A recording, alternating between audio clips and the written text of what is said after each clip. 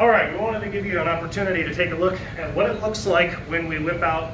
the exchange vents of your system. Fortunately, in this particular case, we have a really nice setup where we have two vents that are located right above each other, or right in the same line with each other, so we can get a really good shot of what it looks like when we're cleaning the exchange side of the system.